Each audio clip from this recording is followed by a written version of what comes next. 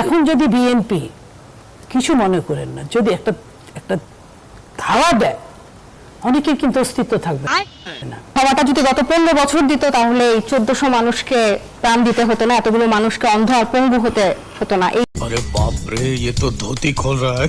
যে একটা মনোভাব যে ধাওয়া দিলে আর কেউ অস্তিত্ব থাকবে না বা রাতারাতি সাবালক হয়ে যাওয়া, আমাদের অনেকগুলো নতুন রাজনৈতিক দল হিসেবে আসার পর আমাদের অনেকগুলো চ্যালেঞ্জ আছে।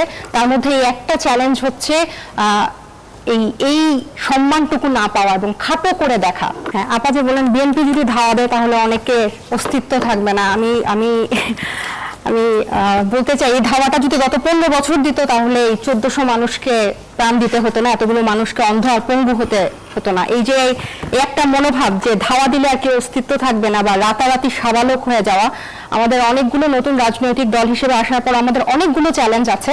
তার মধ্যে এই একটা চ্যালেঞ্জ হচ্ছে এই সম্মানটুকু না পাওয়া এবং খাটো করে দেখা।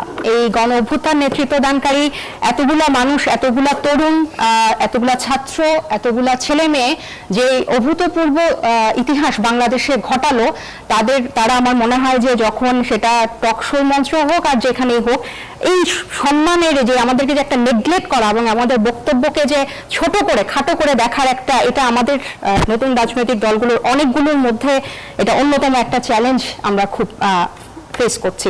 আরেকটা যেটা যে ভাই বললেন ফ্যাসিস্টের থেকেও বেশি কিছু, আসলে এরকম ঘটনা আমরা কিন্তু যেটা সবসময় বলি, সেটা সমন্বয়ক পরিচয় হোক, আমাদের পরিচয় হোক, আমাদের দলের হোক, আমাদের পার্টির হোক, যেইভাবেই হোক, যদি কেউ অপরাধ করে এবং অপরাধ প্রমাণিত হয়, তার আমিও যদি অপরাধ করি আমিও বলবো যে আমাকে গ্রেফতার করেন। এটা কিন্তু আমরা সেই পুরনো রাজনৈতিক সংস্কৃতিতে আর কোনোভাবেই যেতে চাই না। কিন্তু তাই বলে আমাদের পার্টি কেউ কিন্তু বাজারে মাইকিং করে বলে না যে পুরা বাজার আমার দখলে, আমাকে না বলে সবাইকে আমাকে চাঁদা দিয়ে তারপরে এখানে বাজার সদাই করতে হবে বা ব্যবসা করতে হবে, বা আমাকে জিজ্ঞেস না করে কাউকে গ্রেফতার করা যাবে না, এ ধরনের বক্তব্য। এবং বিএনপি নিজেই স্বীকার করেছে যে গত 7 মাসে প্রায় 3000-এর মতো তাদের সদস্যদেরকে বহিষ্কার করতে হয়েছে। সেটা তো মানে এটা ওনারা অনেকটা গর্ব করে বলে, যদিও এটা গর্ব করে বলার মতো একেবারেই বিষয় না। এবং অন্তর্কোন্দলে তাদের হচ্ছে প্রায় 30 জনের মতো বেশি, এটা ডকুমেন্টেড, যে নিহত হয়েছেন।